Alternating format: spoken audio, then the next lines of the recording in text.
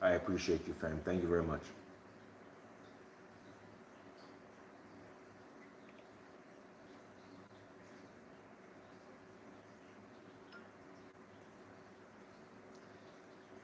Guys, sorry guys, I got cut off. I don't know if you were watching the live before. Sometimes YouTube is, not that great. You know what I mean?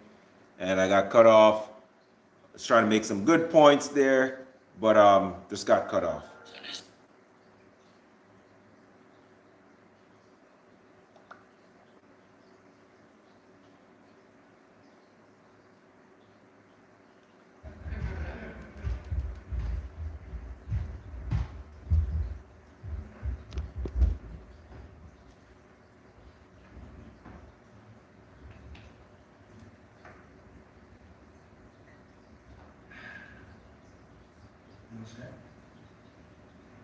So it's an honor to have you back.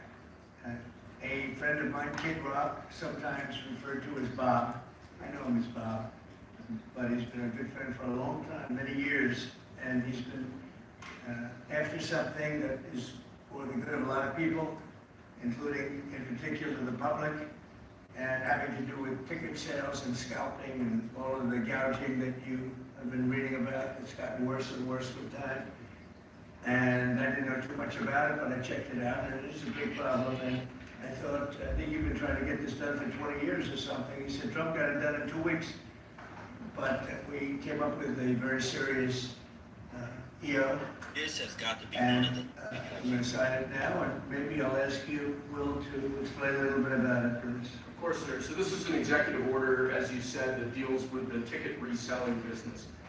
For fans of live entertainment and for entertainers as well, the ticket reselling industry has become a huge issue. These people use bots and computer algorithms to buy up huge blocks of tickets and then jack up the price so that fans of live entertainers like Mr. Ritchie, I almost called him Mr. Rock, don't have access to concerts the way that they should. And when they do, it's at exorbitantly high prices. So what this executive order does, it charges the FTC and the Department of Justice with rigorously enforcing laws on the books in collaboration with state attorneys general that have power over consumer protection and other people who have the power to really crack down on this issue so that entertainers and fans won't be subject to these abusive and oftentimes illegal practices. Good. Thank you very much. Do you want to say something? Yeah, anybody it doesn't matter your politics. First of all, thank you, Mr. President, because this has happened at lightning speed. I know you I want to make sure Alina Hava gets her credit too, because I know she worked very hard on this, but thank you for making this happen so quick. Anyone who's bought a concert ticket in the last decade, maybe 20 years, no matter what your politics are, knows it's a conundrum. You buy a ticket for $100, by the time you check out, it's $170. You don't know what you get charged for, but more importantly, these bots. They come in to get all the good tickets to your favorite shows you want to go to, and then they're relisted immediately for sometimes. What's up, Gabriel? Welcome to the live, man. And the artists don't see any of that money, and ultimately, I think this is a great first step. I mean, I understand what people say that he's an has-been, but at the same time, what he's fighting for is people getting paid for their intellectual rights and not having people who did not work for those rights eat very well off of their work, while at the same time, hardworking Americans who actually want to go to these concerts on their downtime to see their favorite artists be able to afford to see them. And I think he makes a good point. And I never understood why the government wouldn't help them. It's kind of the same thing with truck drivers. If you're a truck driver and you get a load or there's a price on a load, there's third parties that control the load instead of you going directly to the person that's putting up the price for that load. And those third party people are the ones that actually take the payments, the majority of the payment, while you're the one moving the load across the country. And they're giving you pennies on the dollars. So it's kind of the same thing. So well, yes, whether you like Kid Rock or not, what he's doing is a good thing. It's for all your favorite, it's going to benefit all your favorite artists. Whether you like him or not, it's not just for himself. Whatever's signed here or done here today will affect every artist going forward. So your favorite artist is gonna get the benefits from this. Just like if you say, you know, if anything good comes out of Trump's administration, it's not just Republicans who are gonna benefit from it. It's both Republicans and Democrats. You know what I mean? When Biden was in power, all the crap that was going on, all the money that he was giving away, all the money that was stolen that Doge is now seeing, like they were stealing from all of us. They were not just stealing from Republicans. They were stealing from everyone and giving it away to foreign countries. You know, immigrants. They're making other people in other countries rich. They're lining their pockets. How is it a government official who's on a civil servant salary amassed $200 million? How is Nancy Pelosi that rich? How are so many of these incumbents in politics so filthy rich? How is Barack Obama so rich? You know what I mean? And they're public servants. I work for local government and I'm not rich at all. I have to fight to get, when I work for the county, we begged and scraped for like 50-cent raise, $1 raise. And these are public servants also, and they make an exorbitant amount of money, but they can't explain where they get the money from. It's clear as day. What seems obvious sometimes is as obvious as it seems. They're stealing. They're stealing from the pot. We all know that. We see how, you know, how a lot of these guys can't explain where the money goes and what the money's doing.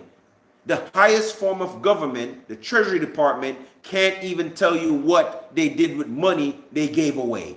They don't have receipts to show where the money that they give away is. How is the highest form of government can't tell you where money that they have has been going? Makes no sense to me. So the fact that President Trump is coming in and stepping in to help, you know, Kid Rock with this, and like I said, it affects many people. I really appreciate it because he's not just for the economy. He's for everyone. He's trying to touch all facets of our lives, and this is just one of them. I would love down the road if there'd be some legislation that we could actually put a cap on the resale of tickets. And I'm a capitalist and a deregulation guy, but they've tried this in some places in Europe, and it seems to be the only thing that's us as artists be able to get the tickets into the hands of the fans at the prices we set. I'll be the first one to say, and I know the president doesn't like when I say this, but I'm a little overpaid right now. It's kind of ridiculous. I would rather be, you know. And you just heard what he said. He said it's a little ridiculous, but I'm overpaid.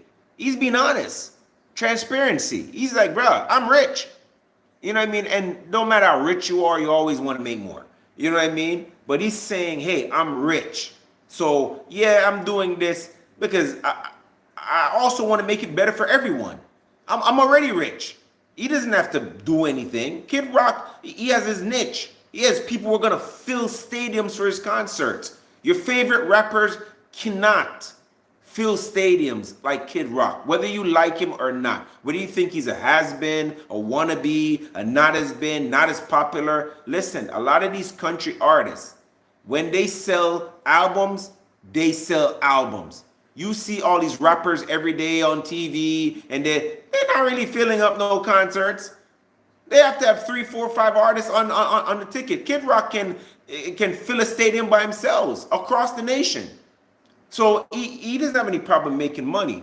But what he's doing, he's trying to help the other artists. Again, like I said before, what he's doing is not just helping himself. He's helping other artists. Don't matter what genre of music you're into. If you own a concert, this is going to affect you in a positive way. Because all these people are buying up all these bots are buying up all these tickets, right? And they're selling them, marking them up 3, 4, 5, 6, 7, 800% and selling it to hard-earning Americans. And that's what he's saying. He's like, bro, I'm rich. I don't need it. But I would want the people who are working hard, who actually want to come to my concert and can't really afford to be able to come there and afford to watch me. Not just me, your favorite artist. And you can't be mad at that, man. I just don't understand why a lot of people are hating on the president for trying to touch all aspects of our lives. And he's doing it in a positive way. We already seen that he's already amassed, you know, what seems to be about, I think last time I saw it was saying like $14 trillion already in investments. Like, come on, man. You can't hate on that. There's people waiting to come in to invest into our country, to make our country better. How did you think Kamala Harris was gonna do? You think Kamala Harris, all she would have been doing is waving the purple, green, white, black, blue flag all over the media and having all kind of wokeness go on. And I'm glad, I am so happy that the Democratic Party did not win, because we can see through Doge how these people have been robbing the American people and been treating us like crap. And they've been selling out our country for so long. These fat cats, in politics, who've just been like career politicians.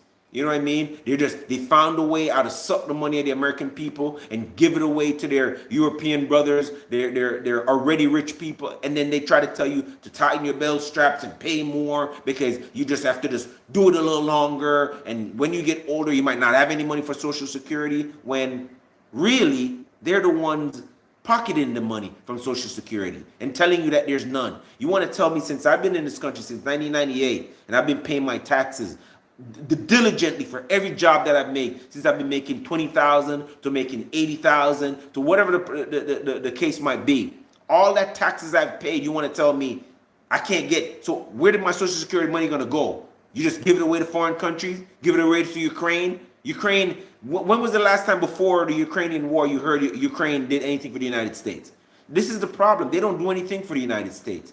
They want to bleed us dry and then not pay anything towards it, and then tell you how, Europe, the food is better, the hair is better, everything here is better in Europe. Oh, American is just so cheap, everything is so, yeah. But then they want to suck the lifeblood of Americans, while we don't get nothing out of it. The American people, we've been paying our taxes to support every war in Europe. We've been sending bodies since World War I and II, sacrificing our lives for Europe, while they look at us like we're second rate and they think everything there is better.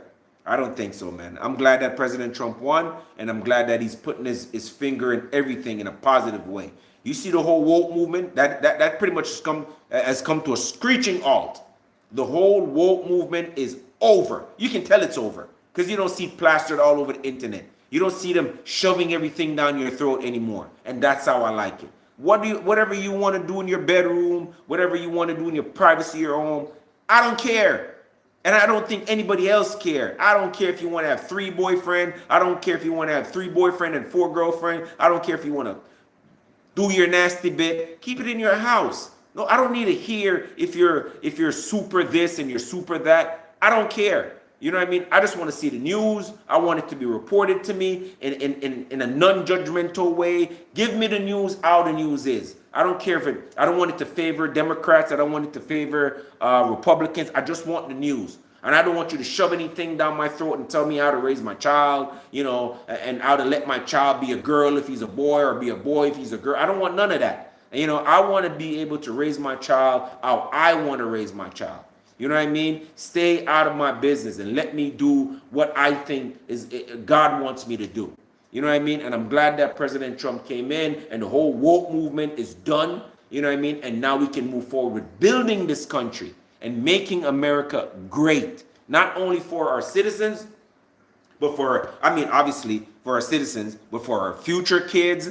I want him to make this country safe for Americans, for the rest of the world. And like he says, I don't want to see any wars anywhere. I don't want to see anybody dying. I want to see the world just be a better place. And I know that is a little bit naive and optimistic, but that's what I want to see. You know what I mean? And you can't hate on somebody that says, hey, I want to stop wars. You know what I mean? Yes, what's going on, with the Houthis and all that stuff, it is what it is. You know what I mean? And sometimes you do have to put your foot down and let people know, hey, listen, I'm here. I might say I want peace, but I'll step on your neck if I have to. And that's what I think our president is doing right now. You know what I mean? And he's a strong man, and he's also showing a lot of his soft side.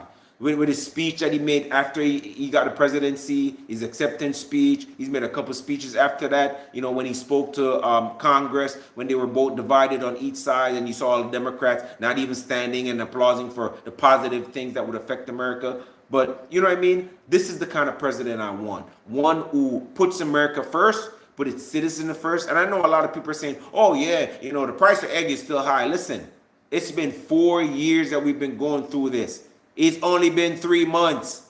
The man is not Superman. It takes time. You might see something on TV and think, oh, it can just be done like this. But there's a lot of deals that have to be made, hands that have to be greased, people that have to be promised to.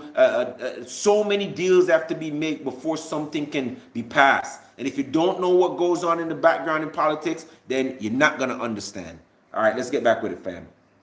Here to working class people and have them be able to come attend my shows and give them a fair ticket price. I can't control that right now, so hopefully this is a step to really be able to make that happen. You know, a lot of artists and a lot of fans who love concerts and music are going to be very appreciative. And I think Bob is more interested in the fans and the people that are having to pay crazy prices than he is the artist. Maybe the artist a little bit, but the fans a lot. I've spoken to him over the years about it, and it's been, it bothers him. It bothers a lot of other artists too. Absolutely. The artists, and they go out with $100 ticket and it sells for $2,000 the following night.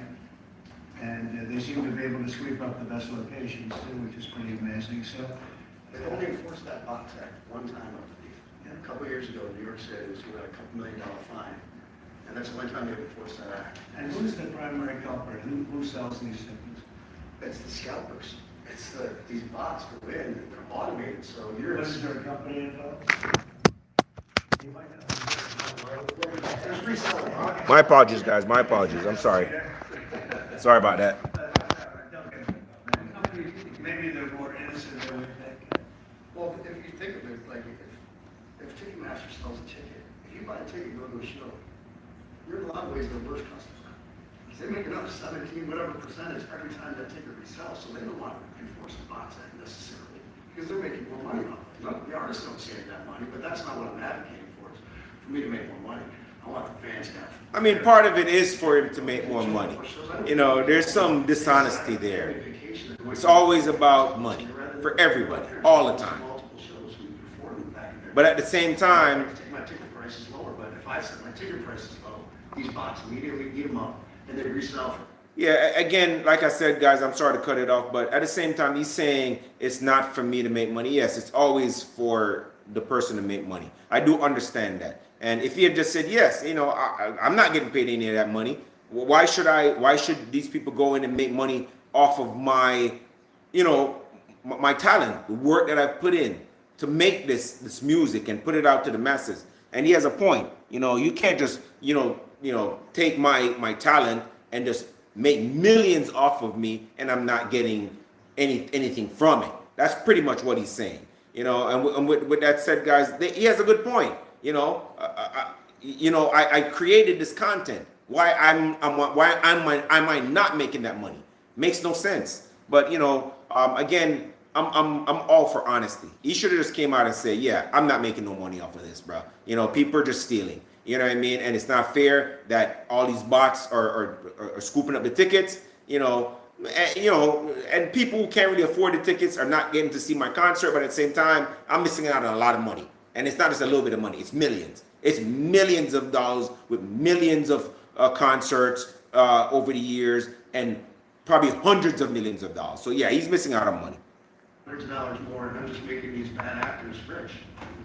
There you go. I think this is a big step to getting it stopped. Did you have something, Brent? Yeah, I do actually. I actually feel that the consumer is going to take the money that they save and actually buy merch, which you guys have a big percentage of, or do concessions, which you guys split with the venue on that as well. So I think they're We money. don't share concessions a lot. No. Those are attractive, but they don't want to share in beer prices and parking or any of that stuff. But the bottom line is there's money for everyone to be made. There's plenty of money going around. You know, no one's going to really lose share.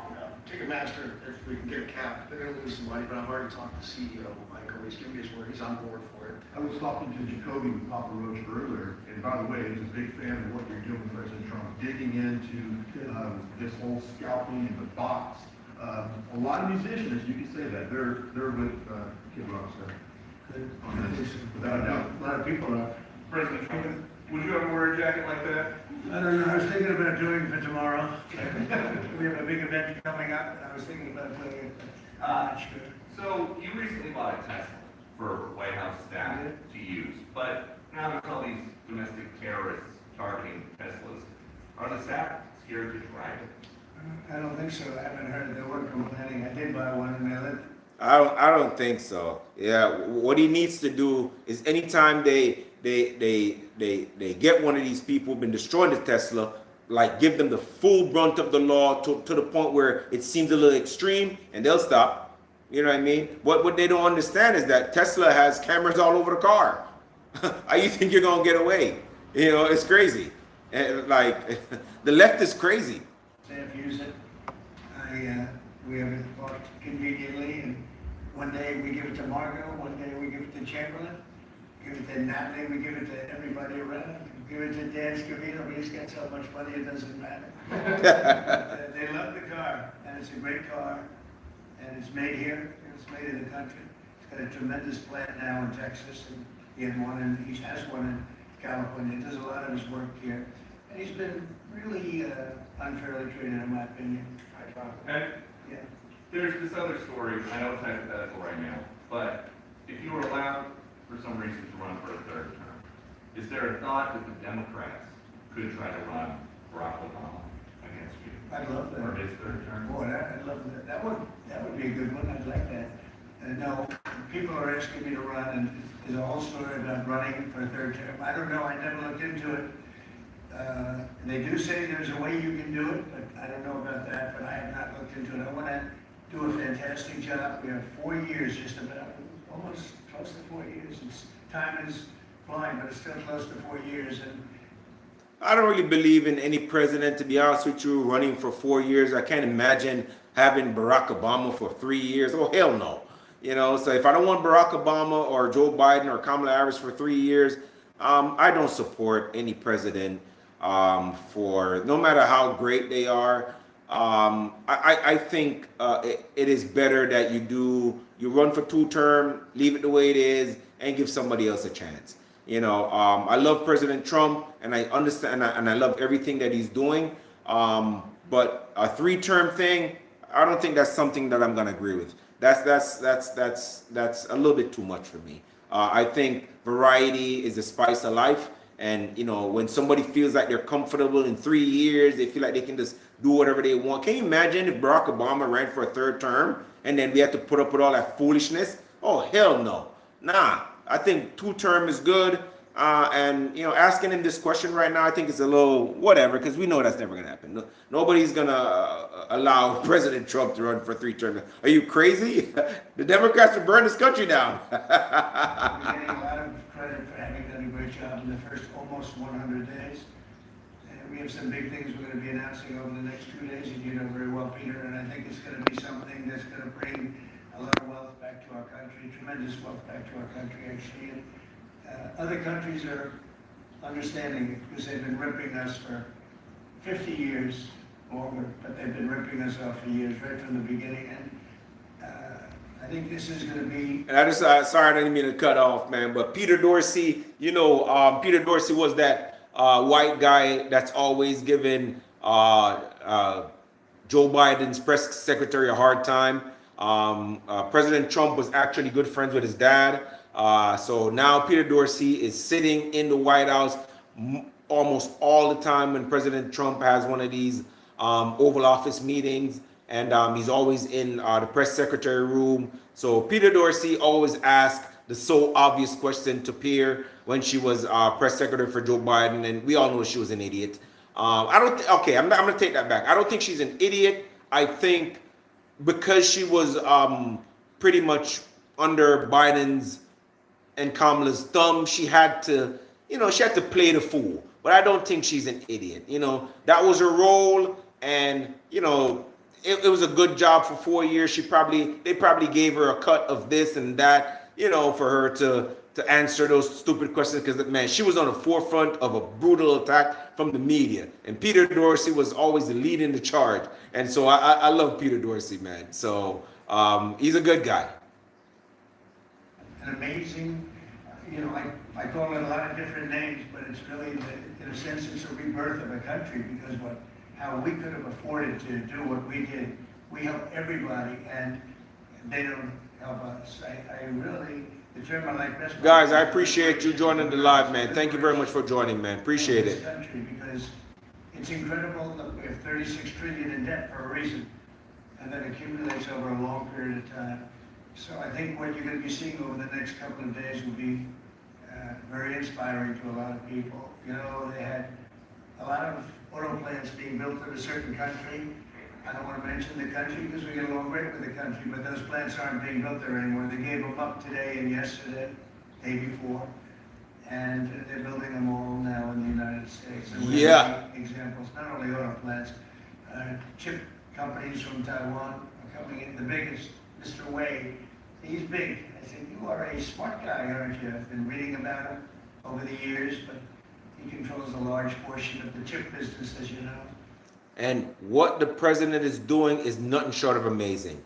It all needs to be made here, so we're not dependent so much on other countries. I don't understand what's so difficult to understand about that. If we ever get to a situation where we're no longer on good terms with a country, then so be it. We don't have to depend on them for their resources. We don't have to depend on them to be making chips. We don't have to depend on them for anything, because we can do it here. And I'm not advocating for, you know, not working with other countries.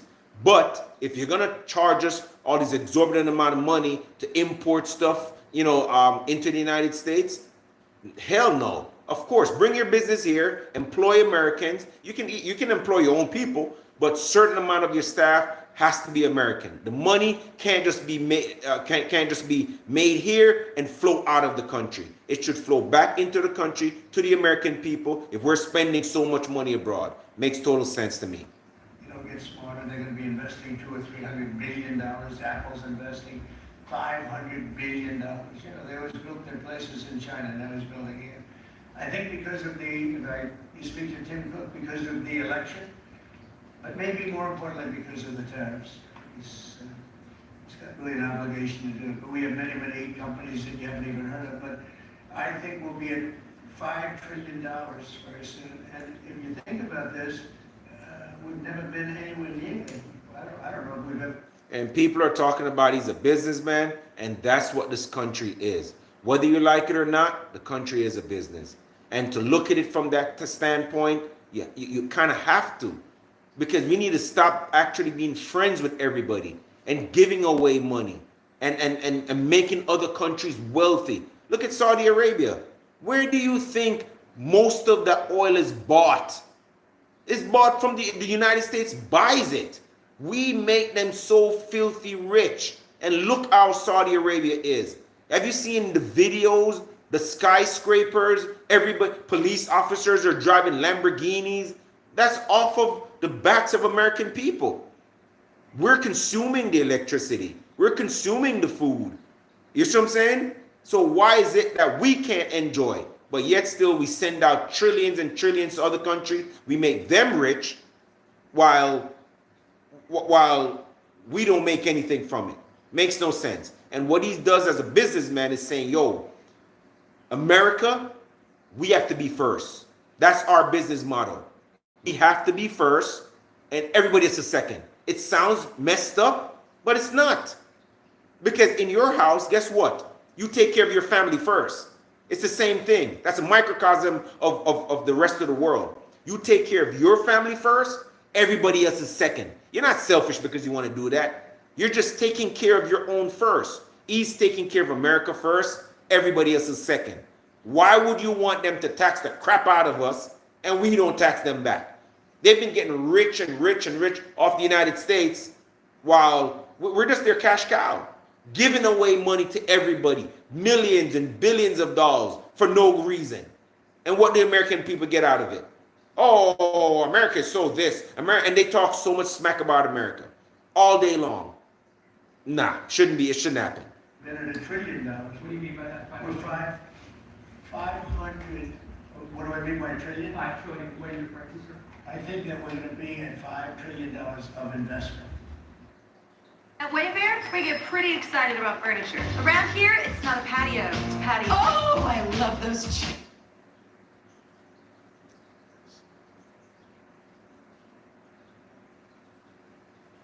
All right, I can't really see the chat, what's going on.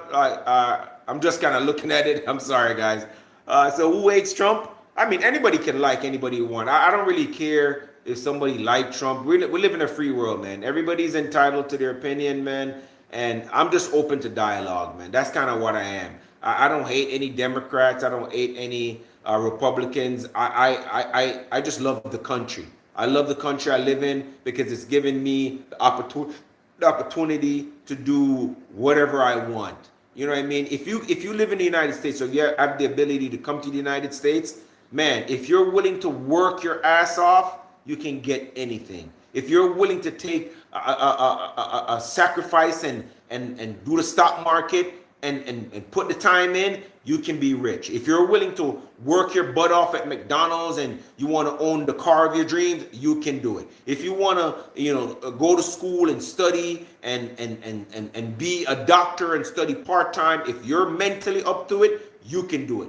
That's why I love this country. And that's why I'll never stop loving this country. I'm Jamaican, right? And since I was a kid, people have been coming to the United States, working hard, sending money back home. And that's how it is for a lot of third world countries, countries in the Caribbean. And I have to have love for this country.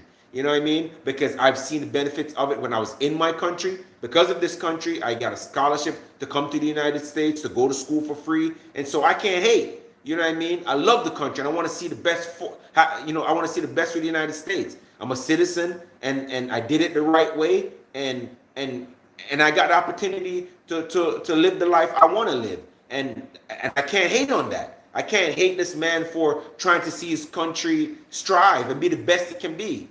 Who don't want to see their kids be the best they can be? Who don't want to see their school be the best they can be? Their family, their household. Man, can't hate on this guy. Welcome to the street. Welcome to the live stream, guys. We're already. Appreciate all of you. Thank you guys for joining. And we have commitments, verbal commitments for a lot more. And numbers like that have never been done in this country. And it's going to get harder. I appreciate my brother. Thank you for the subscription. Too much, because since we really got out with it. Hey, Ali. Appreciate you guys. Other interesting things happening, but to me, the whole tariff situation, and essentially they've done that to us for many years. So we're anywhere near 5 trillion in 2 months. This could be numbers like the country's never seen. And every time you hear a dollar spent, that's another job because the jobs are coming with it. So auto plants, chip plants, pharmaceuticals, lumber coming in. What's up, fam? How you doing, Ali? In this country, I'm not sure that they've ever seen the steel. We have tariffs on steel. They've been here for a while. Steel and aluminum. Nobody's ever seen anything like we're witnessing now. Nobody's ever seen anything. Most of you agree with that. I mean, welcome, Jackie. Welcome, Case, Ali. Things happen. Yama Fist. Appreciate all you guys joining the live, man. Appreciate you. I don't think we've ever seen, if you look at, let's say, $4 to $5 trillion in a period of a month and a half, that's even more than you do with your concerts, which are always sold out, right? Nobody's ever seen numbers. And think of it, where Apple's at 500 billion, as I said, but they always used to spend their money in China. Now they're spending it here. That means they're going to go down. They don't have any tariffs. Remember, there are no tariffs if you do your product here, if you build whatever it is in the USA. One of the things we're also trying to get is if you buy a car that was built in the USA, you get a deduction on interest. So if you go out and borrow money to buy a car, if it's built in the USA, never been done before, it's a big deduction for people that really aren't used to deductions, frankly. Because people that buy cars like that are not big into the world of deductions. And now they're going to learn about deductions. So I think it's going to be great. So how do you think tariffs are not going to help our country? It was helping our country when he was president. And there's literature to prove it, so how is it not going to help? Tell me tomorrow night, in the comments. Probably Wednesday, you're going to see. And they're reciprocal. So whatever they charge us, we charge them, but we're being nicer than they were. We have a lot of countries, friend and foe. I always say friend and foe, but the friend in many cases. I already know what tariffs mean. The foe. They took advantage of us. So let me ask you, so tariffs have been working for other countries where they're charging us an exorbitant amount of money and getting rich, but we can't do it to them? And That makes no some cases sense. may be substantially low, but we sort of have a world obligation perhaps. But we're gonna be very nice, relatively speaking. Oh, they weren't? we're gonna be very Also. kind. Somebody said that about me the other day. He said, who doesn't know me very well, they said, you're such a kind person. And I said, say that again. They said, you're a kind person. I said, I've never heard that before. It was a weird statement, I was kind. I've heard of words, I heard I better not tell you. You know, I've heard of, I've been called a lot of things, but it's sort of a different kind of a word. It's like an old-fashioned word, isn't it? Mr. President, you met with the chairman of Stellantis today. Did Yes. he ask you for a pause on the auto tariffs? No. What was that meeting about? Just about some of the problems. I'm gonna look it up. I am going to look it up. Because anytime I see people say stuff, I like to make sure that I get the facts for myself. Look, we're gonna go back probably to a 2020 standard. So we'll have 2020 standard, and that's, just a few years ago. Oh, they're making it so difficult all over the world. It doesn't mean a damn bit of difference for the environment, it doesn't matter. They make it impossible for people to build cars, so we're gonna be doing much different. 2020 is a strong standard, but they take it to a level now that, makes it very difficult to build a car. So we're going to be bringing it back to a standard that is a very good environmental standard, but it makes it possible to build a car. Have you heard any concerns from the automakers, though, about the tariffs on parts that will go into effect over the coming They weeks? About all what that's know. going to mean for the price of. Well, I gave them a big break for a month. I didn't charge them anything, for a big month, for that first month. And they brought a lot of material into this country because they could bring it in without tariff. If you look at Canada and Mexico, they were driving hundreds of thousands of cars into the market because they avoid the tariffs by doing it before the tariffs go on, which would be Wednesday. And I looked at I saw some of your shows where cars are lined up for miles and miles. Some of them didn't have fenders on, some of them didn't have the roof on yet. They're driving it in brand new. They're driving it in because they want to avoid the tariffs. I let them have that. They sort of took advantage of it because, that wasn't part of the deal, but it's okay.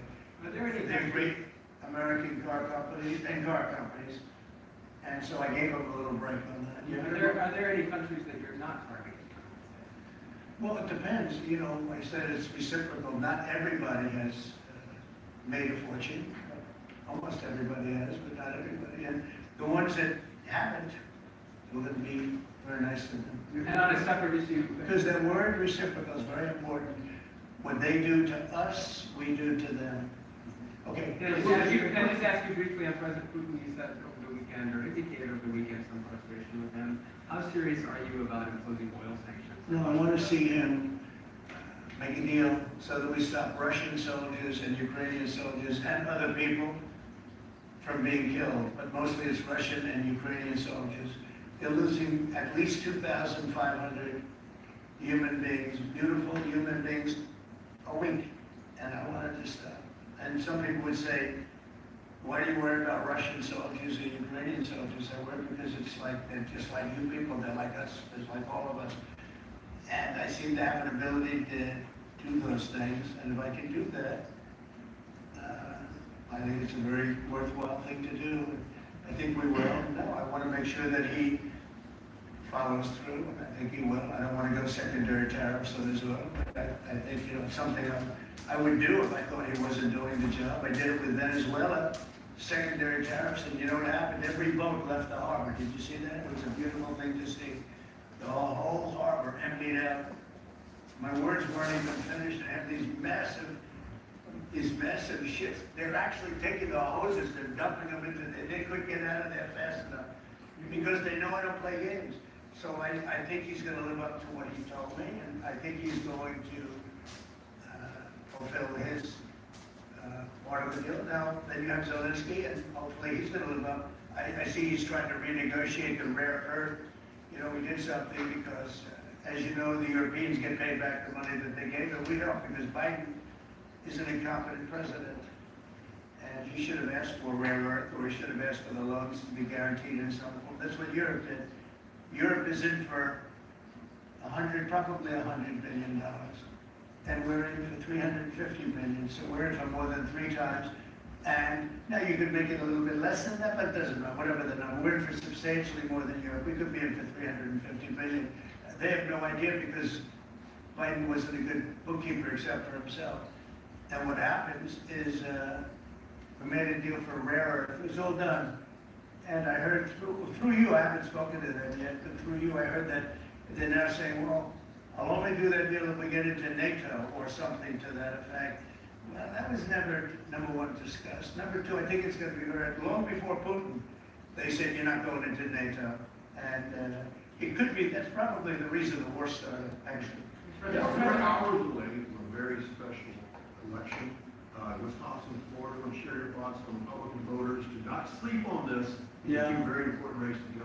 Well, it's a big race, Supreme Court race in Wisconsin.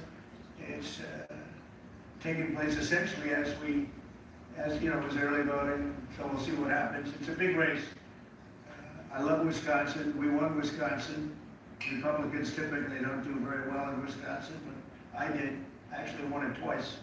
I actually probably won it 3 times to be exact. You played their side. Not probably, I won it 3 times. We had a rigged election the second time, but that's, you know, one of those things. We had to make this one too big to rig, as each, would you agree with that, Brian? Yes, Too big sir. to rig? Yes, sir. So anyway, but, yeah, there's a big race, and I hope you get out and vote for the Republican. The woman is a radical left lunatic, and let's see who wins, but the woman will be very bad, and you know, Wisconsin's a big state politically, and the Supreme Court has a lot to do with elections in Wisconsin, so if Out of my way, pigeons. I get Uber credits back on my rides because I am a student. We do too. Ah, they do too.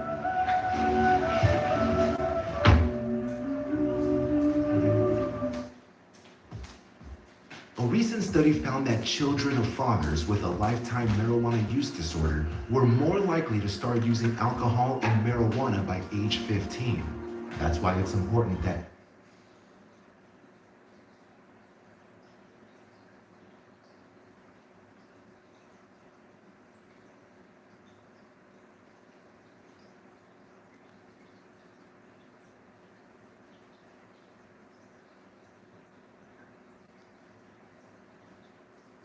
running, including, you know, even Senate races, et cetera, but whoever it is in 4 years that runs, having Wisconsin is a very big, we won it early and big, but winning Wisconsin's a big deal. So therefore, the Supreme Court choice is the one you're talking about right now. It's a big race. It's going to be announced fairly shortly. Listen, on TikTok, big week deadlines, got Liberation Day, and then TikTok deadline. Yeah, we do, which I can extend if I want, but we have a lot of enthusiasm for TikTok for buying it. I think TikTok is good. I used it I was a great TikTok guy, and we won by 36 points, the youth. You know, we won the youth, which Republicans don't do. Maybe it's because Kid Rock likes Trump, I don't know, but we won the youth by 36 points, and I attribute some of that to TikTok. Is the TikTok deal, negotiations now, tied to a bigger tariff deal with China? No, but you know, it could be. I mean, you know, I've used tariffs for lots of different reasons, but I could see, you know, 1 point in tariffs with China, a big country, would be probably worth more than all of TikTok, as valuable as TikTok is. It's big stuff. So there's a great example. That's a great question, actually. I'm a very flexible person. I could use that for that. Maybe I'll take a couple of points off if I get approvals for something. I haven't done it. Maybe I'll do it, maybe I won't. It's a very good question. Peter, you're very good. Thank you. You'll love this one. Go ahead. It's not front page news, but I am just curious. What is your thought about Tiger Woods now becoming part of the broader Trump camp? Well, I love Tiger, and I love Vanessa, and they had a great relationship. I happen to think the relationship with my son, I happen to think the relationship was hurt very badly by the witch hunt that went on, Russia, and all the crap that they put Don through, who knew nothing about it. But Vanessa and Don had a very good relationship. They have incredible children, 5 incredible children. All good athletes, all great students, like, right? and they broke up, quite a while ago. And which was to me very sad, because I think they're both great. Don and Vanessa, and Tiger actually called me a few months ago, and they have a very special, very good relationship with Tiger. I played golf with him a couple of times over the last month, and he's a fantastic guy and a fantastic athlete, and he told me about it. And I said, Tiger, that's good, that's good. I'm very happy for both. I just let them both be happy. Let them both be happy. They're both great. To follow up on China, China, South Korea, and Japan say they're going to work together in cooperation to respond to the tariffs that you're going to put into effect this week. Are you concerned that this move with the tariffs this week could push some of the United States' closest allies to work with China? No, I'm not worried about it. I'm not worried about it. Yeah. Mr. President, can I ask you? I think they have a chance of doing better, actually, with the tariffs. It can actually help them in a certain way. And I think a lot of them will drop their tariffs, because, they've been unfairly tariffed, the United States for years. And if you look at the European Union on cars, the European Union already dropped their tariff down to 2.5%. It was announced a couple of days ago, which is what which is a very small tariff. The United States charged very little. And a lot of, I think I heard that India just a little while ago was going to be dropping its tariffs very substantially. And I said, why didn't somebody do this a long time ago? A lot of countries are going to be dropping their tariffs. That's what happened in France today, Mr. President. Marine Le Pen, the far-right leader, got convicted in court and is now banned from running for office for 5 years. Do you have a comment? That's a big deal. That's a very big deal. I know all about it, and a lot of people thought she wasn't going to be convicted of anything, and I don't know if it means conviction, but she was banned for running for 5 years, and she was the leading candidate. That sounds like this country. That sounds very much like this country. Okay, anybody else? Mr. President, you presented a bunch of proposals for tariffs by your advisors. They were talking about that. And who? Yeah, your advisors have presented ideas They do. about Yeah. about tariffs and what to do in the next 2 days. Have you settled? Well, you're going to see, I've settled, actually a long time ago. But we talk about it. We talk about it a lot. We want to do what's right for the country and even the world. It affects the world, not just this country. This has been the piggy bank for the entire world. So it really does affect the world, and that's important to me also. Yeah. Mr. President, in the past you have said that you want the quick return of Austin Tice, a Marine Corps veteran and a journalist who went missing in Syria over 12 years ago. Yeah. Have efforts been made to locate Austin Tice been extended beyond Syria, including potential leads in Iran? And do you have plans to get in touch with Ms. Deborah Tice, the mother of Ms. Austin Tice, and also at the same time, organizations like Hostage Aid Worldwide have been on the ground in Syria searching for Austin Tice for many years. Can I get your comment on the future, potential future plans to locate Austin Tice and to bring him home finally? So we've been looking, as you know, for Austin for years. I don't know about Biden. I don't think Biden was looking for anything, but we were, and there's been virtually no sign. You know that there's been no sign of Austin. An incredible young guy. Be less young now. It's been a long time. It's been many, many years. The mother is fantastic. She's a very committed mother that her whole life is to find her son, who was in Syria and just disappeared off the face of the earth. So, a lot of bad things happen. But we're always, we will never, until we find out something definitive, one way or the other, we'll never stop looking for it. But we have been, and the response, it's just a lot of dead ends. He's been gone for a long time. The problem is there's never been a sighting. Sometimes you'll have somebody you're looking for and there's a sighting. There's never been a sighting of Austin, but we are out there and we have great respect for his family and for his mother. She's been unbelievable. Yeah, A question about, No, you apologize. You've had outreach with the leaders of Russia and China. You made an outreach to Iran. When are you going to plan to reach out to North Korea and Kim Jong-un? Anytime in the near future? Well, I do. I have a very good relationship with Kim Jong-un. Now, you people hate to hear that, but it's very important.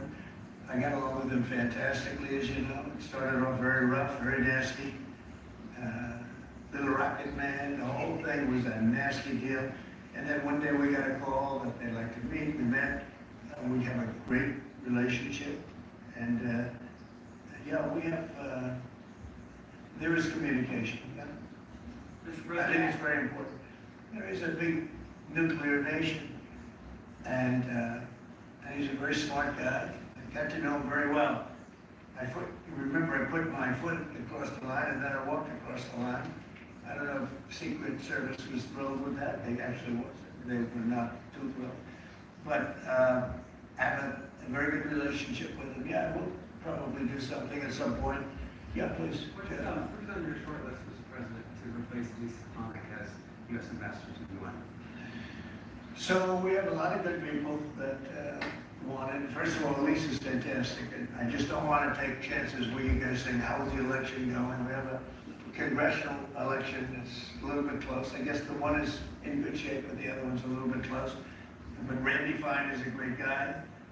They're both good candidates. They're very good. But it's, you know, a little bit, we want to be careful. And Lisa is very popular in her district, and so am I. We won by a lot of points, and so did she.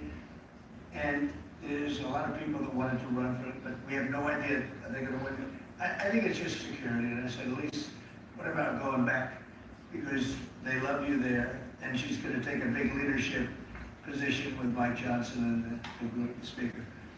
And I can tell you that for the replacement, we have a lot of people that have asked about it and would like to do it. David Friedman, Rick Grinnell, and maybe 30 other people.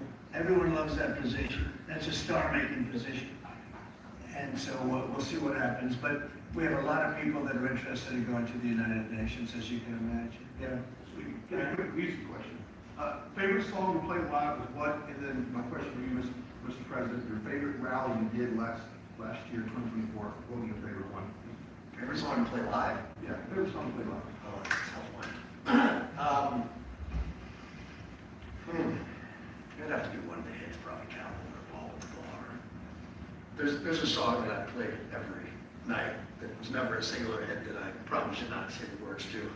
It's not right now. For you, You never met his rallies are amazing. He does great and gets big crowds. He's really a star when it comes to that. He is a very talented guy. I would say maybe Madison Square Garden, because anybody that was there, the owner of the garden, Jim Nolan, who's, you know, to me, always been terrific. He said this, he's never seen anything like it. When you announce Madison Square Garden, yeah, it's a big arena, but we sell out big arenas. We sold out in Milwaukee, we sold out in every big arena. We never had empty seats. It's amazing.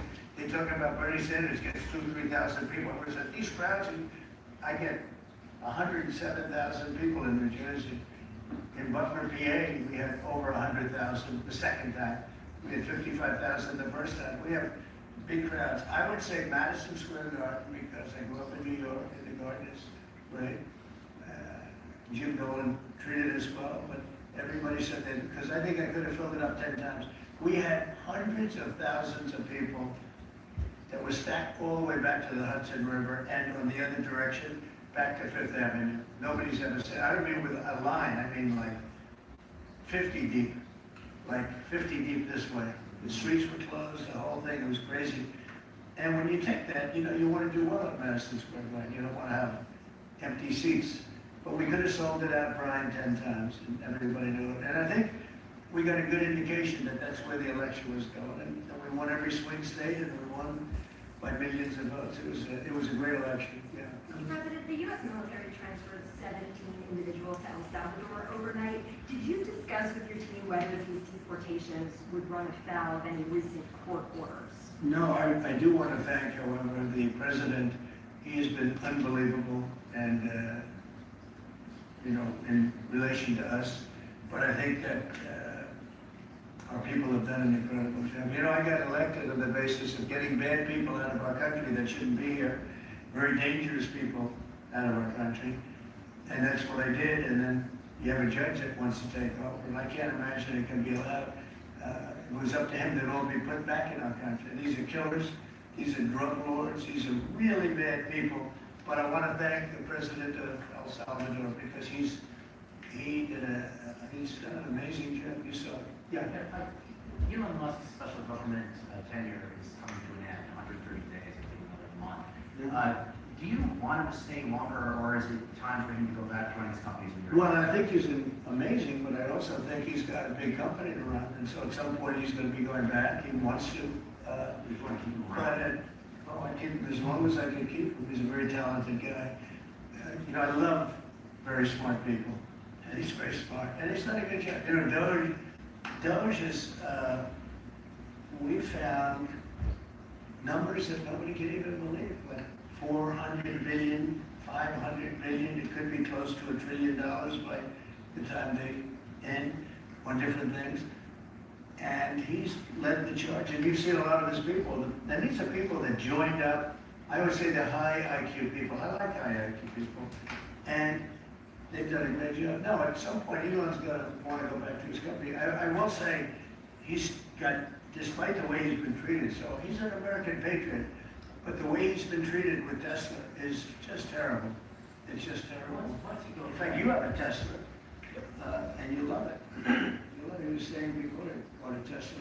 A lot of people are buying Teslas, I think, and I hope they are. He should not be treated that way. He's done an incredible service. Once he goes back, is Doge going to keep operating even without Elon here? Well, I can't tell you that. I can say this, that a lot of the people that are working with Doge are the secretaries, the heads of the various agencies, and they've learned a lot, and they're dealing with the Doge people. I think some of them may try to keep the Doge people with them, but, at a certain point, I think it will end. But they have also gotten a big education, and they're doing a really good job. There'll be a point at which the secretaries will be able to do this work and do it very, as we say, with the scalpel. And that's what we want. Yes, yeah? Mr. President, have you had any updates on the U.S. soldiers missing and looking? I have. Any U.S. updates? So 3 are no longer with us, and 1 is unfortunately probably in the same category, but they haven't declared that yet. It was a very heavy truck, like a toy, really heavy, that lifted the heaviest equipment. And it would seem that the bank of the lake collapsed, the weight is so big. And it was at night, and it was very cold weather, and ice, a lot of ice. And it's possibly slipped, and the weight is so enormous of this thing. It's a massively heavy vehicle. And if they slipped a little bit, that's probably what happened, and it flipped. And 3 are gone, and 1 is missing. On a separate topic, follow up on immigration, did you see the video of a Tufts University student who was taken off the street by ICE agents last week in hoodies and masks?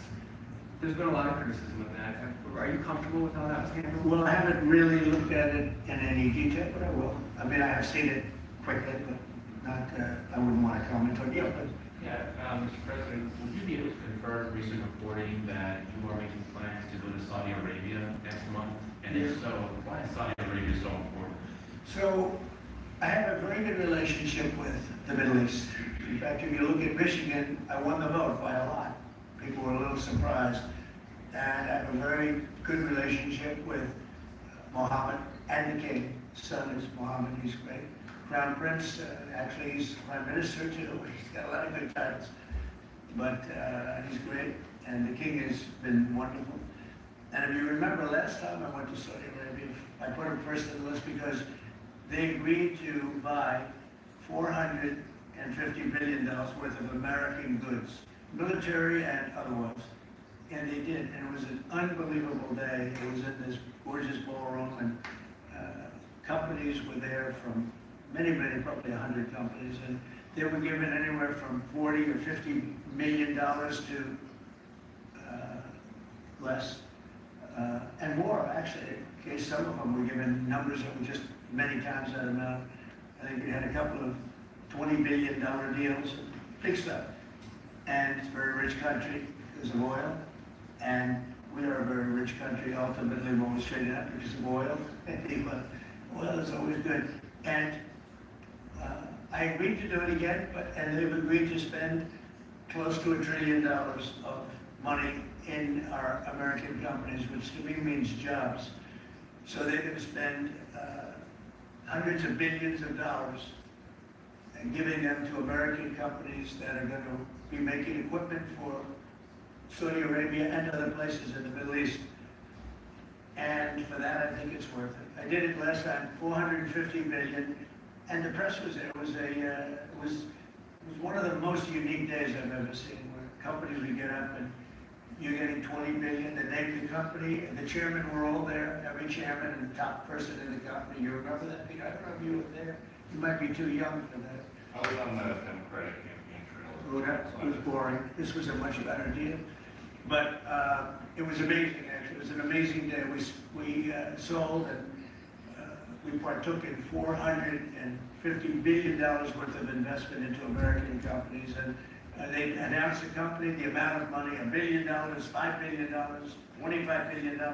And the chairman of the company, many of whom, well-known figures, prestigious figures, great business leaders, they went up, they shook the hand of somebody, and they would sit down, and we just had a big investment made. So it was a record. Nobody ever beat it before. $450 billion worth of jobs. I view it as jobs more than anything else. And now we're close to $1 trillion, so it's more than double the number that we did when I first came to office. And it's takes place next month.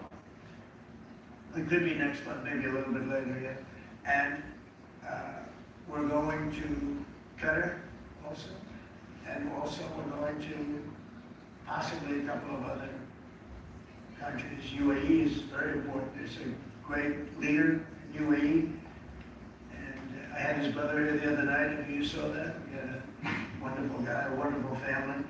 So we'll probably stop at UAE and Qatar, and as I used to call it, Qatar.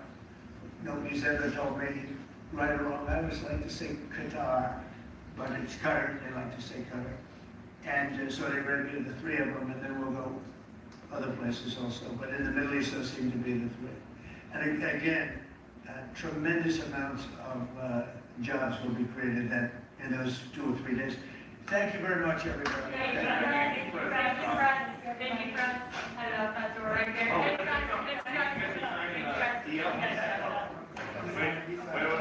That was good. Okay, ready, everybody? You better do well with this. He's gonna do it, make sure everything is nice and clean. For your America fun. Because you're not in a clean industry. Hold that up. Okay? Thank you, everybody. Thank you, friends. Thank you, friends. Thanks, everybody. Thank you. If I can do news conferences like this, Peter, I don't think. No, he was ever standing next to somebody who looked like you were about to be shot out of a cannon. At Wayfair, we get pretty excited about furniture. Around here, it's not a patio, it's a patio. Oh, I love those chairs. Fantastic. Girl, you nailed it! No, this set, it's just a couple of screws. Wayfair, every style, every home.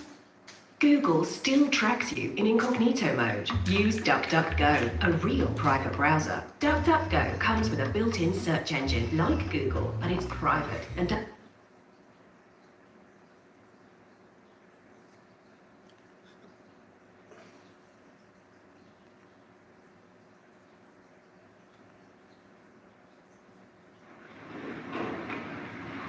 Thank you very much for being here. We have largely an energy group today. We're looking to be very energy dominant, and we will be in a very short order. These are great professionals, but before we do that, we'll be signing an executive order having to do with COVID and schools. Lindsay? Yep.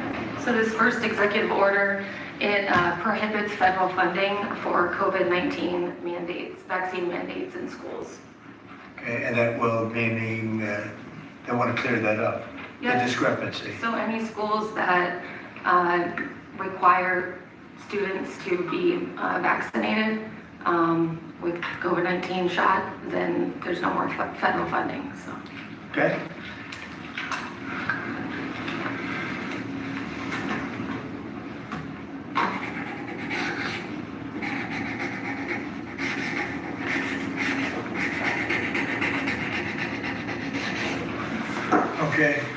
solves that problem. Sir, will the Department of Education have to handle that? Yes, it'll go through the Department of Education, okay? Thanks. Can I make one comment, Mr. President? Yes, please. As a father of 9, thank you. We should have parental freedom to decide what vaccines our kids take, as opposed to school systems and governors forcing upon the people that love these kids the most, which is the parents. So thank you for signing that. Great, thank you very much. People wanted that very badly. Okay. Okay, and here is an executive order establishing the National Energy Dominance Council. So that will be chaired by the Secretary of the Interior, Mr. Burgum, and the Vice Chair, Chris Wright. And so this will reduce costs with respect to energy, establish American independence with energy, and also unleash energy dominance. Good, thank you. And this is a big deal. We have more energy than any other country, and now we're unleashing it, to put it nicely. And I'd like to ask Doug, you're going to be heading it up. You and Chris, would you say a few words about it, please? Yeah, absolutely, sir. Good afternoon. President Trump wisely understood that under the Biden administration, there was a war against American energy, and today that war officially has ended. President Trump on day one declared a national energy emergency. And this is a real emergency because under the Biden administration restricted the production of oil and gas. Production is still coming, but when you stop holding leases, when you take 625 million acres of land out of ocean land, out of production possibilities through an executive order, you're really restricting the balance sheet of America. But today, as President Trump said, this is unleashed. The National Energy Dominance Council will be made up, all the folks that are standing beside me here, other cabinet leaders and many more, represent President Trump's wise decision that we need a whole of government approach to unwind. The Biden administration had a whole of government approach that had the war against U.S. energy. Now we need to turn that around 180 degrees and unleash that potential. We've got to unleash it from the Gulf of America all the way up to Alaska. We have amazing resources in this country, and we haven't been getting a return on them. Many of these are under public lands. The interior has 500 million acres of surface, 700 million acres of subsurface minerals, critical minerals, and offshore close to 2 billion acres. And that balance sheet is the biggest balance sheet in the world, and it's been completely underutilized. Everybody knows we have 36 trillion in debt as a country, but no one knows how many hundreds of trillions of dollars of assets we have. And President Trump is asking us to go get a return on that investment for the American people. And with that, we're going to have prosperity at home with lower prices, and we're also going to have peace abroad. Because the wars that we've been engaged in, or our allies have been fighting over the past few years, have been funded by the oil sales of our adversaries. And so we have an opportunity, and we also are in an AI arms race with China. The only way we win that is with more electricity. And we also have an energy emergency in terms of electricity. Too much intermittent, unreliable, not enough base load. We've been shutting down the base load that we have. President Trump is going to reverse that, and it's going to allow us to win the AI arms race, which is the most important thing that we have to do relative to our future. So with that, I want to say again, thank you to President Trump, and I want to thank my fellow members of the Energy Council here. I'm going to kick it over to the Vice Chair, Chris Wright, who's the Secretary of the Department of Energy. Thank you, Secretary Burgum. Today is truly a great day for our country today. And Secretary Burgum laid out so many of the problems the last 4 years. If you put barriers in front of energy, you make it more expensive, you make it less reliable, you make it harder to do business here, and harder for our consumers to pay their bills.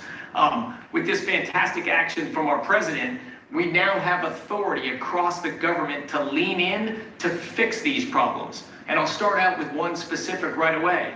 This morning I signed our first LNG export license, unpausing the pause in action. The Commonwealth LNG project that'll be on the Gulf Coast in Louisiana is now officially ready to go. This will be a large construction project for American workers. It'll draw demand for more American energy production that'll be shipped overseas to our allies. Many more of those to come. We're also working aggressively to roll back standards that have made appliances more expensive for Americans. And dishwashers that take 2 hours long and don't get your dishes clean. Nobody likes that. That's about standing in the way. And with this president President Trump and our new National Energy Dominance Council, there's so many things we can do to make American lives better, bring down costs and grow opportunities. And with that, I'm going to kick it over to a fellow member of the council, our Administrator of the EPA, Lee Zeldin. Thank you, Secretary, and honored to be serving on the Energy Dominance Council. At EPA, we're doing our part to power the great American comeback. And President Trump has made it clear that he wants EPA to be doing our job to ensure that we are unleashing energy dominance however we can help, that we are assisting in making America the AI capital of the world.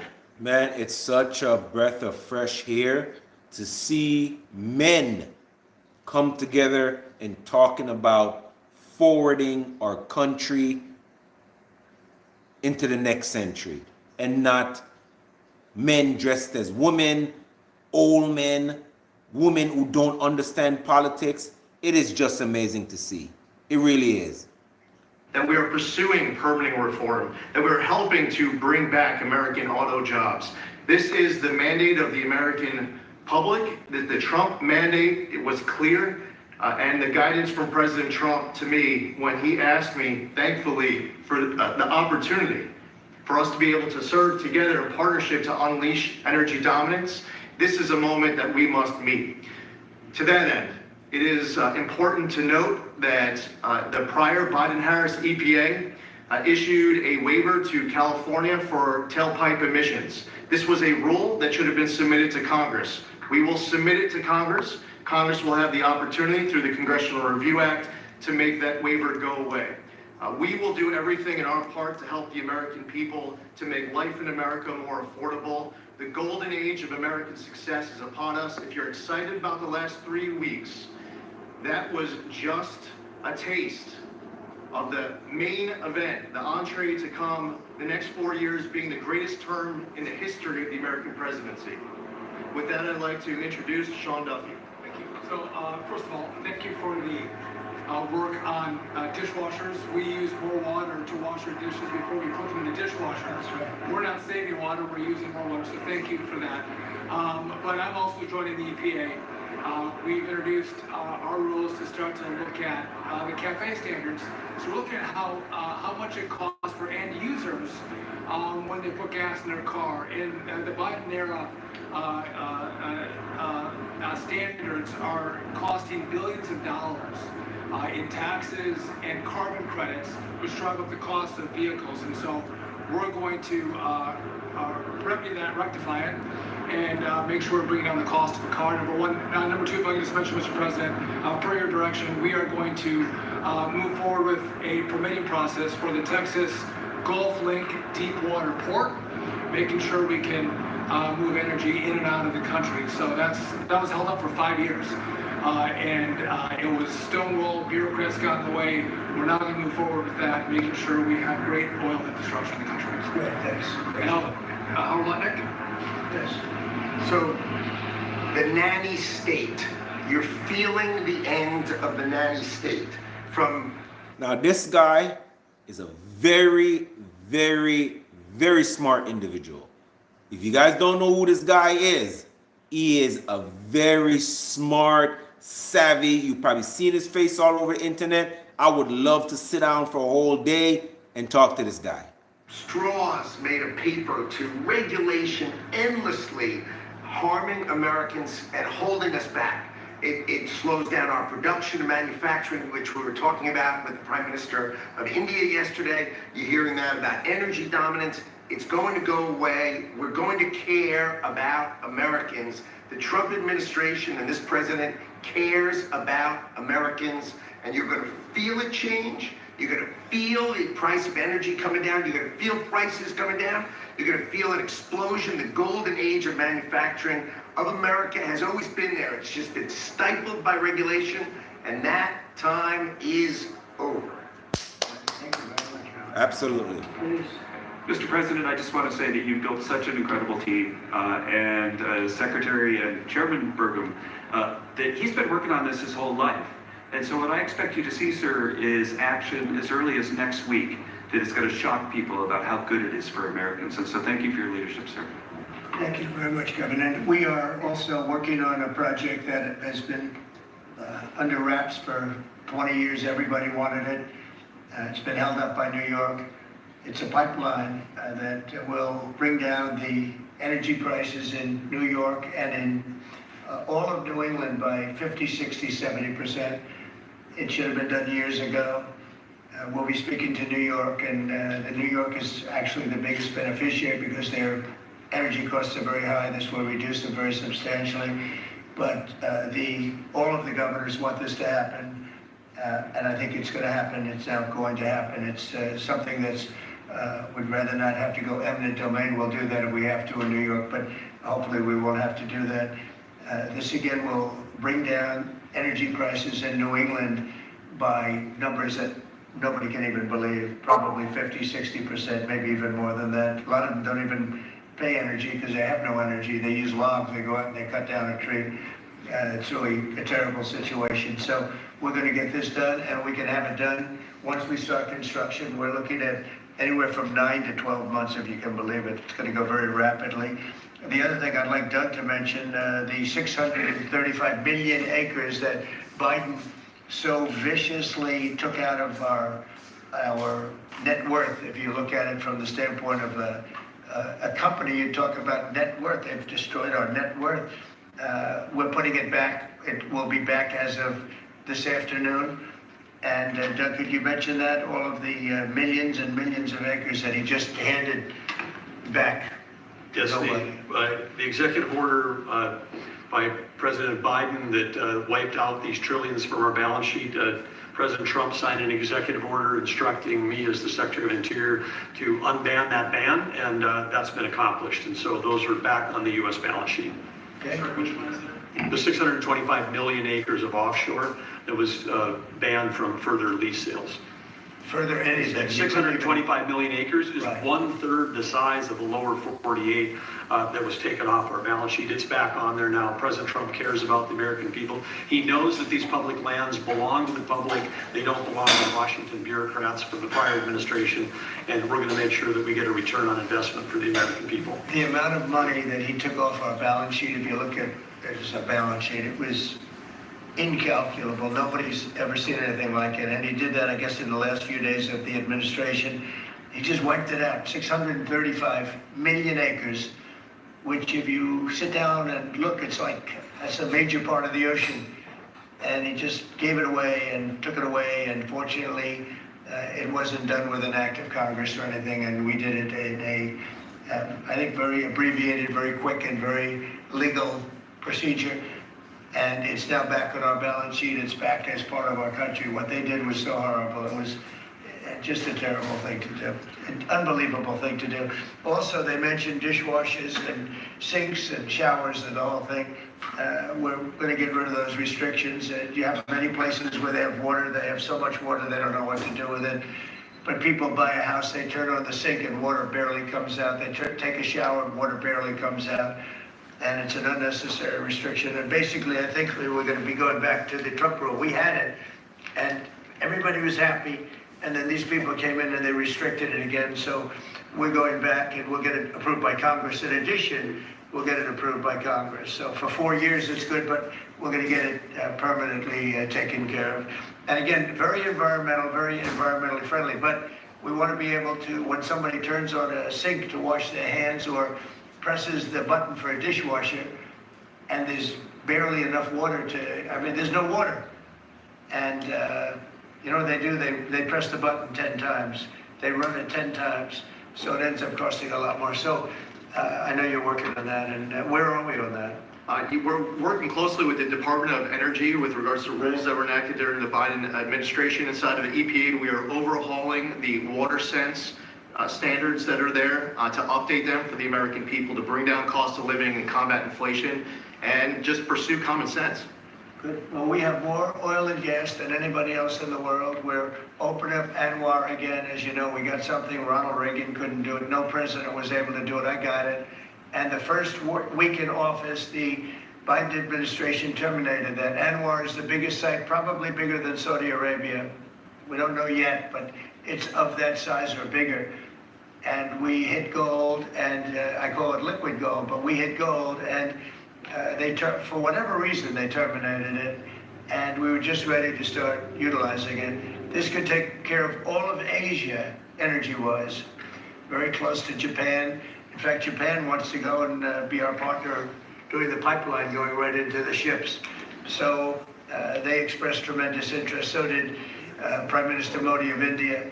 And just in closing, both Prime Minister Modi and the Prime Minister of Japan, both very good people, they said we couldn't make a deal. We couldn't get any energy. I mean, you wonder what was going on with our country. They couldn't make a deal to get any energy from the Biden administration. They just couldn't do it. There was nobody to deal with. They didn't know how to go about it.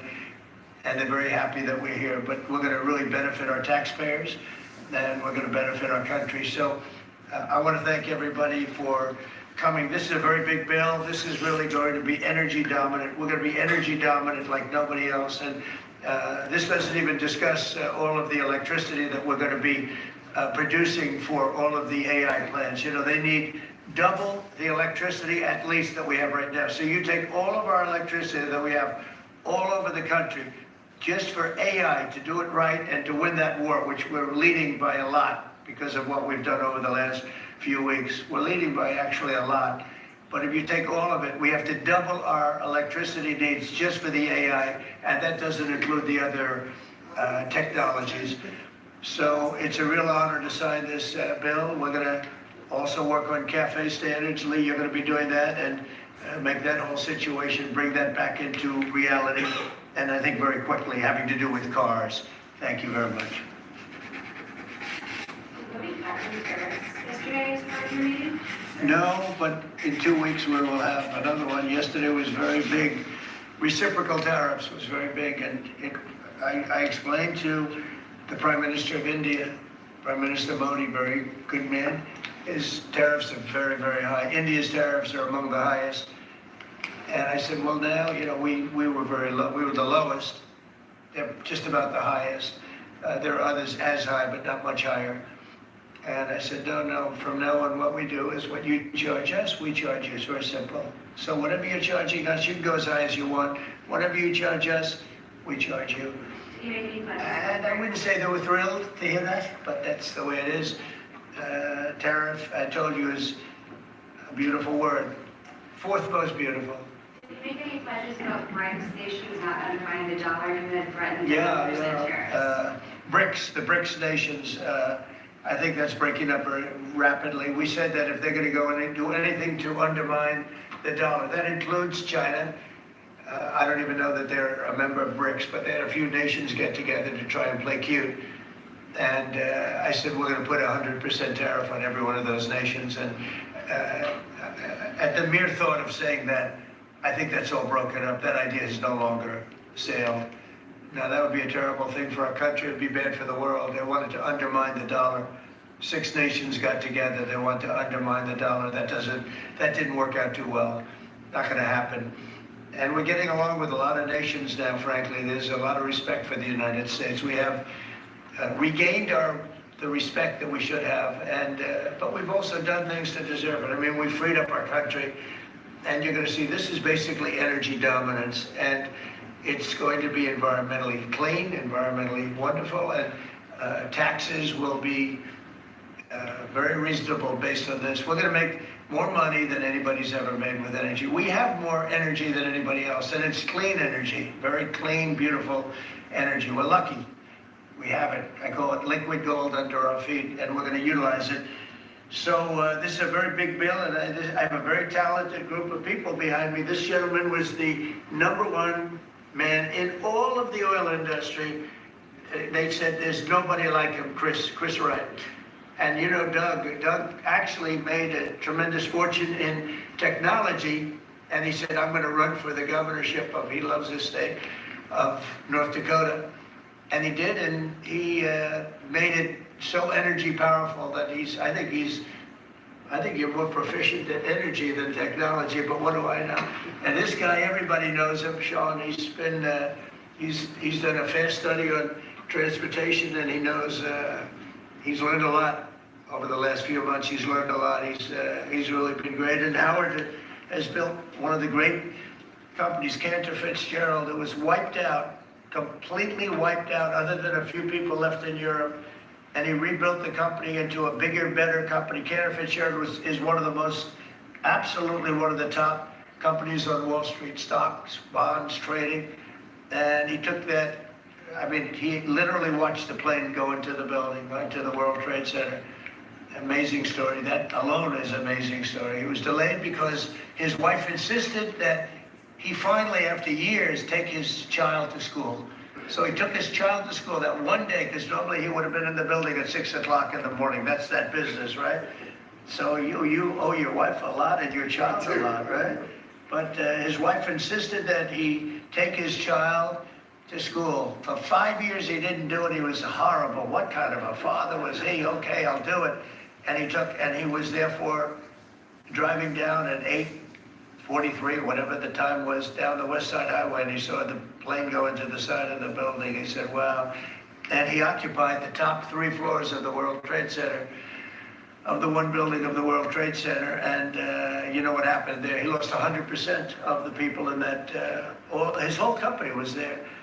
And he rebuilt his company step by step over years and became bigger and stronger. And he gave a tremendous amount of the profit to the families of the people that died, which he didn't have to do. And now he's working with us. He did an incredible job. I mean, anybody in that world, they know Howard Lutnick very well, and I'm honored to have him running commerce. He's going to be incredible. He loves the country. And Lee was a great lawyer, a great congressman, very successful person, both as a lawyer and as a congressman, and knows a lot about the environment, cares about the environment. And we were lucky that I was very happy that you joined. And he was with me right from the beginning, always was with me, and I've always been with him. And Kevin Hassett, we know everybody knows Kevin, and he's fantastic. And you and Lindsay, you and your team are incredible. The job you've done, we really appreciate. Thank Will. And the job you guys are doing is really fantastic. We're knocking this out. Brian, do you have a question? I actually do. What kind of piqued my interest is growing up on the Texas Gulf Coast, natural gas, the LNG that you mentioned. Yeah. What's the potential for like new jobs or growth in that area? I mean, that part of the country, Southwest Louisiana, Southeast Texas, they depend on that. Oh, I would say that potential is simply tremendous. You know, 20 years ago, the United States was the biggest importer of natural gas in the world. And we had natural gas prices 2 or 3 times higher than they are today. But with shale revolution and great entrepreneurs in Texas and Louisiana and across our great country, we are now today the largest net exporter of natural gas in the world. And so much of the world is depending upon natural gas is the fastest growing energy source, has been for 50 years. We were the driver of that, and then we paused. We stopped our ability to grow natural gas exports. Both the Japanese government and Indian government expressed great distress about that. They're going to count on energy imports from the U.S., and we may just change our mind. So I think they're thrilled to see the actions of this president say America's open for business. Yes, we have the energy, we have the people, we have huge job opportunities and investment opportunities, not just in the oil and gas industry, but all those surrounding communities that are lifted up by that more production here. And as we produce more production at scale, not only does it allow us to export, but it becomes more efficient, and it helps us drive down the cost for our domestic consumers as well. Yeah, I know they're really happy, so just let you Thank you. Thank you, Brian. And I will say this, that this all started 8 years ago when I got elected. We were doing this, not to the extent that we're doing it now, but we were doing this, and we became #1 in oil and gas by far. And we were #3, even #4, some would say. When I left, we were #1 by a lot. And then they pulled way back, and the prices started going through the roof. And then they went back to my plan, but by that time the prices had already gone up, so they really disrupted it. But now we're going to take it to a new level. It's going to be amazing. And we're also, it's very powerful, clean coal. We have more coal than anybody. This is good, beautiful, clean coal. And if you notice, China's opening up a coal plant a month. Germany is now opening up a coal plant every 2 months. very powerful. It's probably the most powerful source of energy in terms of generation of electricity and other things. And we're going to utilize our good, clean, beautiful coal and oil and gas. We have more than anybody of everything, and we're going to take advantage of it. And I appreciate everybody being here. Mr. President, on the energy matter, can I ask you, sir, about what's happening in Munich? Senator Roger Wicker shepherded Defense Secretary Hegseth through his confirmation. He got him through that process, and then he had some tough words for him overseas. He said it was a rookie mistake for Secretary Hegseth to outline what would or would not happen as far as Ukraine's membership in NATO goes. And then I haven't heard that. I mean, Roger's a very good friend of mine, and Peter's obviously, he's been doing a great job. I haven't heard. Let me look at it. You tell me something. I have not heard about the this. question I had is, were you aware of what Secretary Hegseth was going to say in his speech at NATO? Generally speaking, yeah. Generally speaking, I was. I'll speak to Roger. I'll speak to Pete. I'll find out. Mr. President, the Energy Dominance Council, that's for all forms of energy? Does that include All wind and forms of solar? energy, yep. And the pipeline you mentioned, sir, is that Constitution pipeline in New York? Yes. Can you, is Yes, that? I believe so, yes. Yes. Yeah, that's what it is. And, you know, they've been trying to get it for 20 years. And what it means is for New York, upstate New York, and even everywhere in New York, also other states, but in particular, New England, that New England will now, I think, will cut the energy prices, and big cuts in New York too, but cut the energy prices literally in half. We have the permits. We have permits that just about everything we need, a New York permit, and I would imagine they would, because their energy prices will come down so far. And it's a lot of jobs for New York. It's a great thing for New York. Everybody wants it. We'll be meeting with the various governors, Governor of New York, and the other governors too. And we can have it built in about 9 months, and let's say 1 year, but we can actually have it built in pretty close to 9 months. It's all set. We have most of the permits, almost all of the permits. And on just, you're prioritizing energy dominance today, you've also prioritized trade balance. The oil industry is a little worried about the steel tariffs. I mean, they put 20,000 feet steel in the ground at a well. How will you balance that? Is there a You're talking about steel and aluminum. Indeed, steel tariffs. So the steel, I saved the steel industry in my first term by putting on tariffs because China was dumping massive amounts of steel. Others also, but mostly China. And I put very substantial, we took in $600 billion worth of tariffs from China. No other president's taken up, literally haven't gotten 10 cents from China, not 10 cents. And hundreds of billions of dollars came in from China. And they understood it, they understood what I did, but the dumping stopped. And had I not done that, you wouldn't have one steel mill, I think I can say, not one steel mill operating in this country. And we need steel. We need steel. I mean, there are some things you have to have, and steel is one of them for military, etc. So I think steel is going to be very strong. It's going to be very strong. I think it'll go back to being really powerful. We saved it.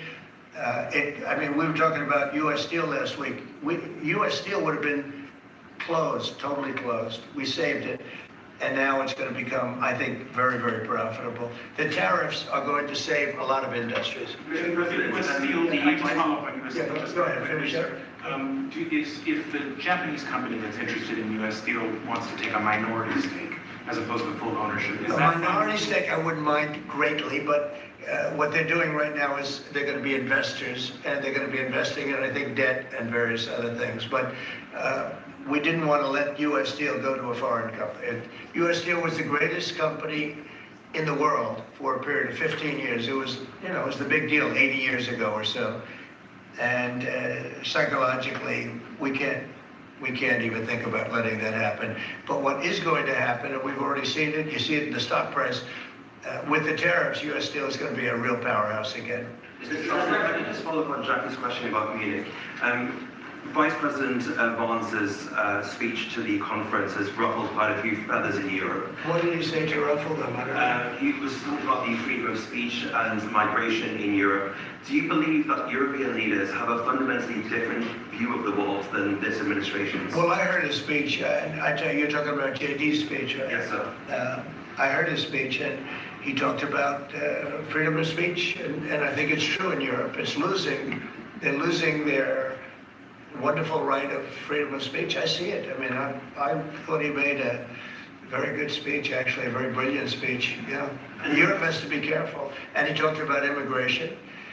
And Europe has a big immigration problem. Just take a look at what's happened with crime. Take a look at what's happening in various parts of Europe. I thought his speech was very well received, actually. I've heard very good remarks. And in regards to Ukraine as well, yesterday you mentioned that you thought Ukraine's NATO aspirations were one of the main reasons that the war broke out.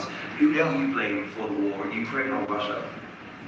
Well, I think that there are a lot of people to blame. All I can say is very simply, if I were president, that war would never have happened. And you know what else wouldn't have happened? The Middle East wouldn't be all blown up, and October 7th wouldn't have happened either. Those two areas, you wouldn't have inflation, you wouldn't have October 7th, you wouldn't have Russia and Ukraine fighting. None of those things would have happened if I were president. Mr. President? Yeah, please. You mentioned auto tariffs the other day. Yeah. When do you plan to unroll? Howard, I'd say over the next, sometime maybe around April 2nd. I would have done them on April 1st.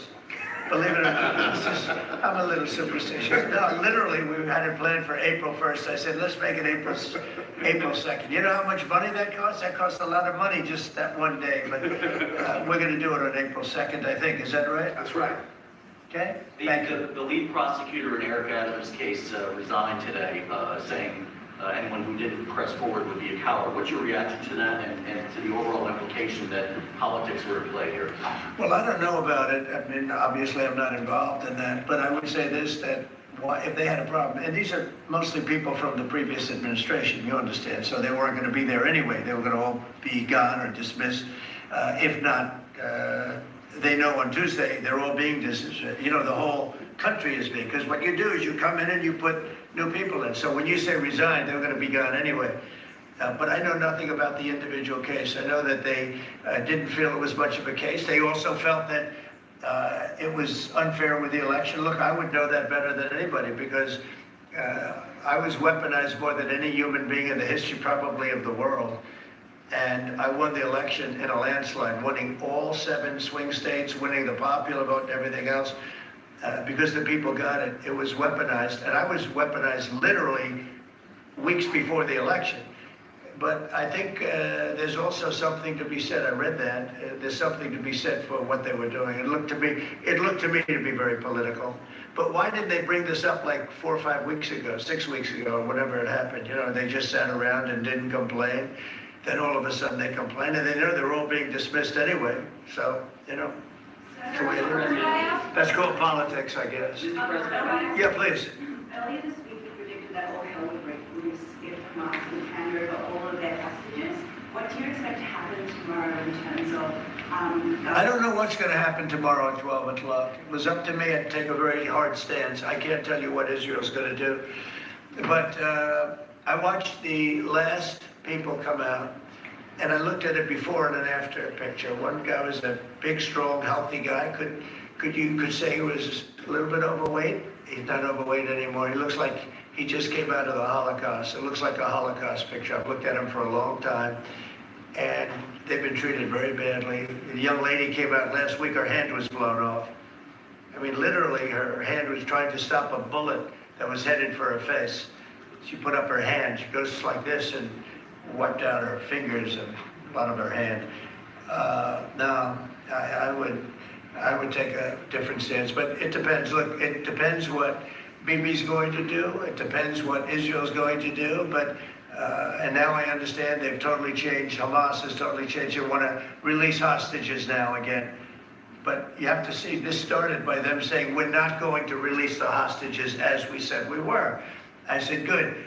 You have till 12 o'clock on Saturday, which is tomorrow at 12 o'clock to do it. And we didn't hear anything. Then all of a sudden, 2 days ago, they said, no, we've decided we're going to release the hostages. So, but I actually think they should release all of the hostages. Remember, they're probably as bad as they looked. I mean, I don't like to say that, but they look real bad 4 days ago, 5 days ago when I saw them. And the young ladies that came out were treated really badly. You don't know what happened, but I do. They were treated really badly. But as bad as they look, the ones that follow probably will look a lot worse. I think they're sending out their most healthy. And they've been hit hard on that, Hamas. So they probably didn't want to release. But they changed their mind. I said 12 o'clock tomorrow, and all of a sudden, 2 days ago, yesterday, they said they're going back to releasing. But this all started by them saying, we are not going to release any more hostages. And then yesterday they said they are going to release the hostages. But I think they should release all of the hostages. About 75,000 workers took this deferred resignation. It's a little bit short of the 5 to 10% goal you were hoping to hit. Do you think you'll have to make up the rest of that number in No, layoffs? look, that's 75,000 more than we would have had, and nobody knows what that final number is, because in the end, I think a lot of people aren't going to show up to work. A lot of people, they got used to staying home and quote, working.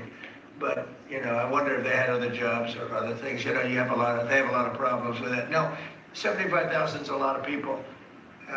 And we paid them well. We gave them a lot of months of severance pay, if you call it that. But no, I think you'll probably have some more too, in addition. It's a big, tremendous saving for us. We want to downsize government, but make it better.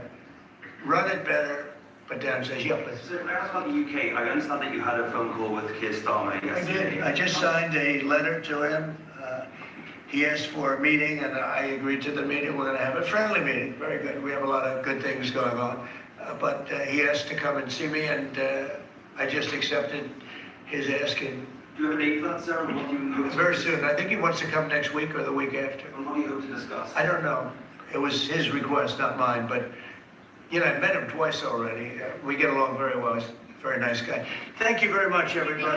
Thank you. Thank you very much. All right, everyone, and that was the extended playback there inside of the Oval Office. President Trump taking questions as he normally does in these settings, and taking questions on Gaza and this deadline for Hamas.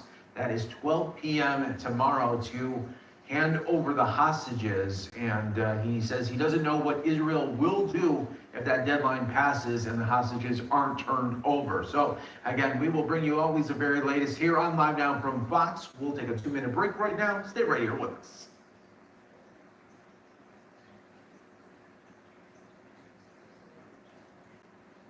Hi, I'm Prenuvo, a whole body scan that can help give you a better quality of life that you don't even know is possible. And I'm Sick Care, your legacy healthcare system. Why bother with that? Just ignore till symptoms become serious, then you treat them. No. Take Julia, for example. She was having mobility issues, but only got the runaround at the hospital. Then I did a prenatal scan and discovered I needed a hip replacement. Now the new hip is working great. Maybe it was all that running around at the hospital that cured her.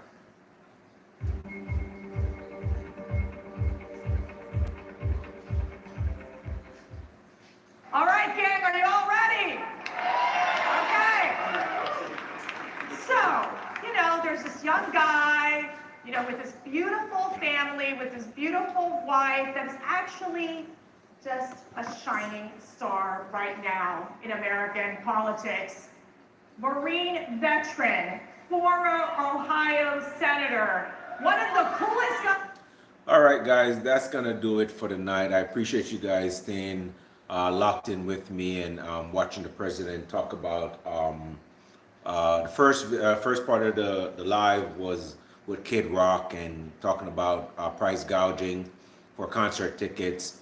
President had to come in, step in, and make an executive order to try to cut back on those because a lot of artists are losing money on their work, and it's only fair that he comes in and say, "Listen, man, we can't have this." Second part of the live had to do with the United States being just dependent on our own fuel, and there was another executive order signed so that we can start drilling. Other things that the president is talking about is not stuff that is new. He talked about drill, baby, drill, and that's what the executive order was about. So I hope nobody has anything to say about that, and it's only fair. Other countries are drilling and doing everything that they need to do to advance their country, and I don't see the reason why we, the United States, can't do the same thing. And that's all the president is doing. He's saying, hey, we don't want other countries to bleed us dry of our money while they get rich and build their infrastructure. Look at Saudi Arabia, who we purchase a lot of oil from.